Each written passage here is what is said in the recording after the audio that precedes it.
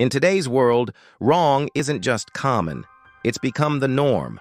Rape, murder, exploitation, drugs. The darkness doesn't hide anymore. It parades proudly through the streets, on screens, in headlines. People don't even flinch. They scroll past violence like it's background noise. In this rotten reality, among the broken alleys of the city, sits a boy, barely 18, mute, homeless, alone.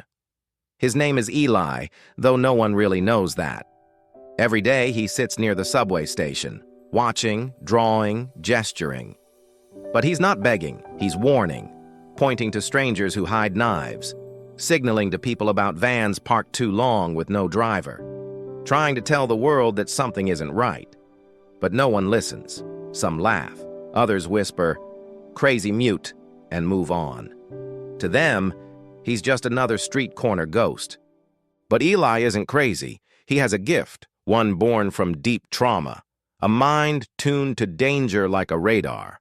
Psychologists might call it hyperempathy, a trauma-induced sensitivity to patterns, but to Eli, it's just pain, sharpened into instinct. He sees things before they happen. He senses evil like most people sense heat or sound. But in a world where silence is dismissed and poverty is invisible, his warnings go unheard. No one knows the true reason for Eli's silence. It isn't just that he was born mute. It's the curse of an ancient guardian race, a bloodline that stretches back centuries. His family, once protectors of humanity, had been cursed, forced to live as ordinary people, their powers sealed away. And Eli, unknowingly, is the last of them. His silence wasn't just physical, it was cosmic. His entire existence was designed to remain hidden until the world had rotted enough for his return. The curse was set in motion long before his birth, and only when the world reached its breaking point would the Guardian's power begin to awaken.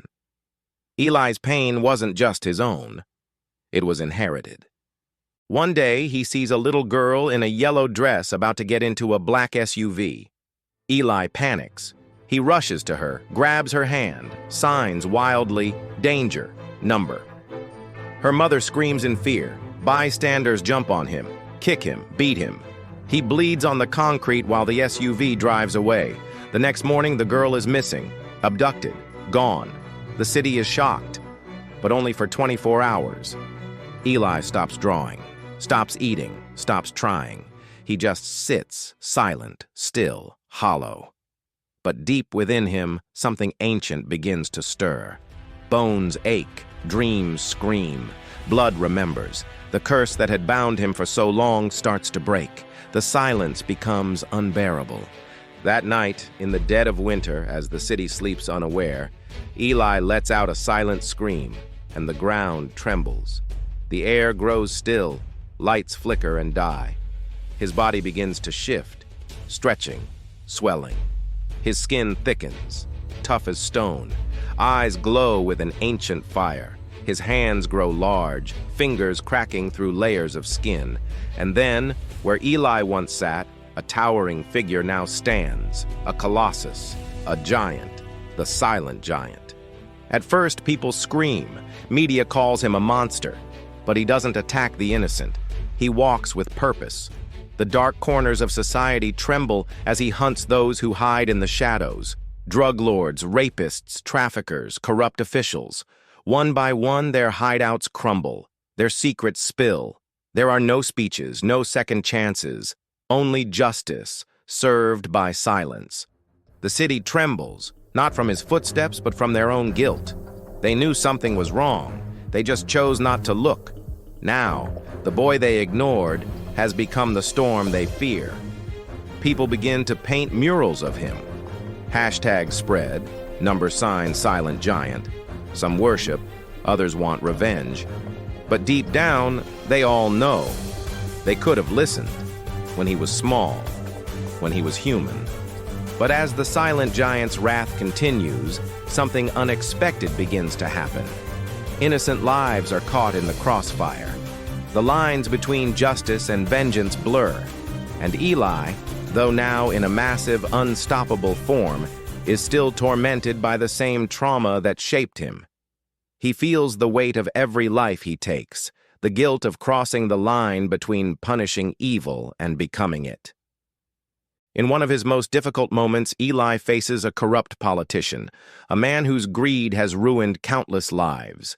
Eli's massive hand rises, ready to end the man's life. But as he gazes into the politician's eyes, he sees fear. He sees a man who, too, is a product of a broken world. For a moment, Eli hesitates. Could he be any different? Was his silence just as much a prison as the ones he sought to destroy? The giant lowers his hand, turning away, leaving the man alive. He walks, not as a god, but as a tortured soul, burdened by the pain of humanity, unable to truly escape it. He isn't just an instrument of justice. He's a reflection of the very system that made him. And then, one day, Eli vanishes into the mist. His last act is to leave behind a message carved into the mountainside in letters tall as buildings. When you ignore the quiet cries, expect the loudest roar. The world moves on, but in every alley where pain still lingers, in every scream that no one hears, the shadows tremble, because the silent giant never truly left. He's just waiting,